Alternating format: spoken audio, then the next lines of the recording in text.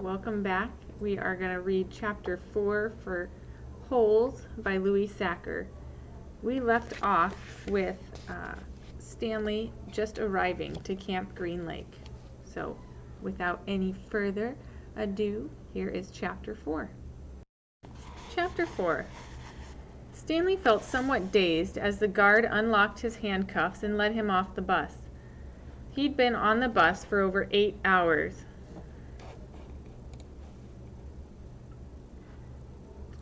"Be careful," the bus driver said, as Stanley walked down the steps. Stanley wasn't sure if the bus driver meant for him to be careful going down the steps, or if he was telling him to be careful at Camp Green Lake. "Thanks for the ride," he said. His mouth was dry and his throat hurt. He stepped onto the hard, dry dirt. There was a band of sweat around his wrist where the handcuff had been. The land was barren and desolate. He could see a few run-down buildings and some tents. Farther away, there was a cabin beneath 2 tall trees. Those 2 trees were the only plant life he could see. There weren't even weeds. The guard led Stanley to a small building. A sign on front said, "You are entering Camp Green Lake Juvenile Correctional Facility."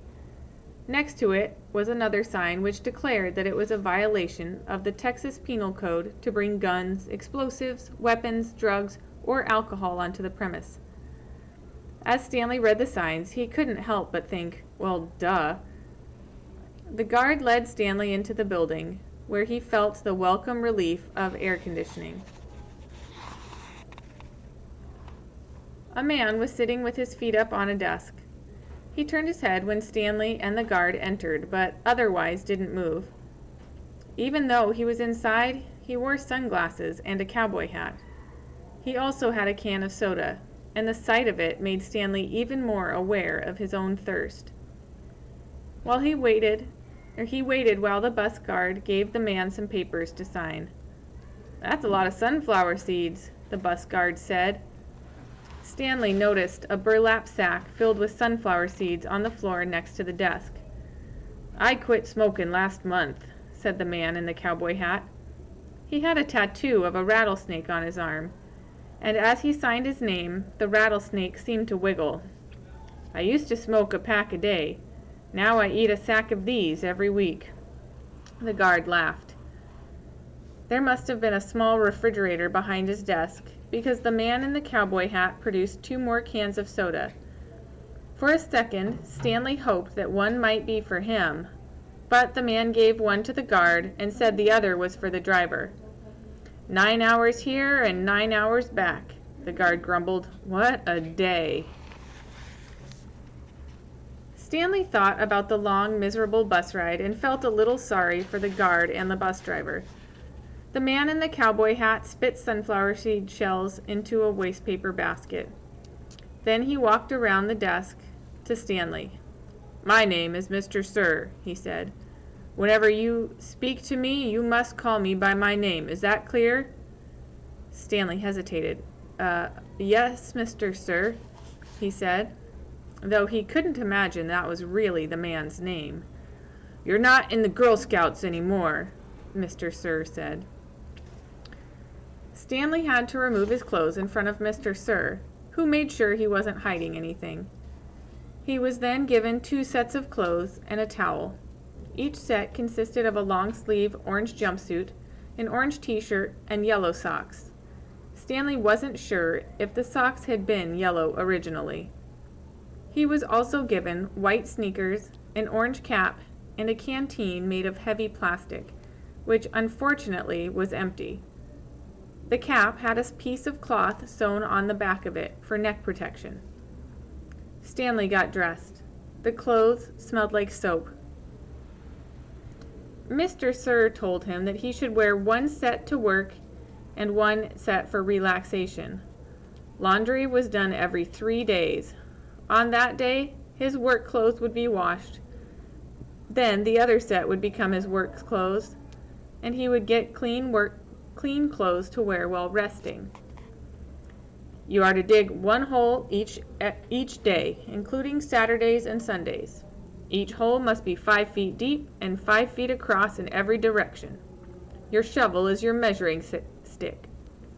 Breakfast is served at 4:30.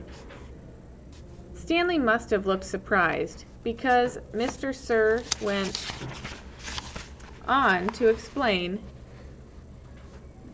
that they started early to avoid the hottest part of the day.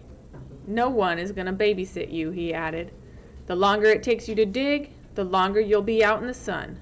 If you dig up anything interesting, you are to report it to me or any other counselor. When you finish, the rest of the day is yours. Stanley nodded to show he understood. This isn't a Girl Scout camp, said Mr. Sir. He checked Stanley's backpack and allowed him to keep it.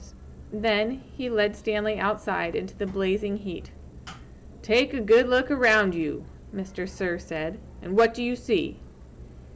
Stanley looked out across the vast wasteland. The air seemed thick with heat and dirt. Not much, he said, then hastily added, Mr. Sir.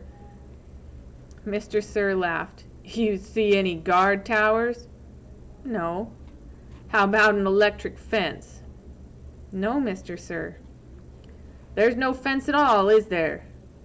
No, Mr. Sir. You want to run away? Mr. Sir asked him. Stanley looked back at him, unsure what he meant. If you want to run away, go ahead, start running. I'm not going to stop you. Stanley didn't know what kind of game Mr. Sir was playing. I see you're looking at my gun. Don't worry, I'm not going to shoot you. He tapped his holster. This is for yellow-spotted lizards. I wouldn't waste a bullet on you. I'm not going to run away, Stanley said. Good thinking, said Mr. Sir. Nobody runs away from here. We don't need a fence. You know why? Because we've got the only water for 100 miles. You want to run away? You'll be buzzard food in 3 days. Stanley could see some kids dressed in orange and carrying shovels, dragging themselves across towards the tents. You thirsty? Asked Mr. Sir.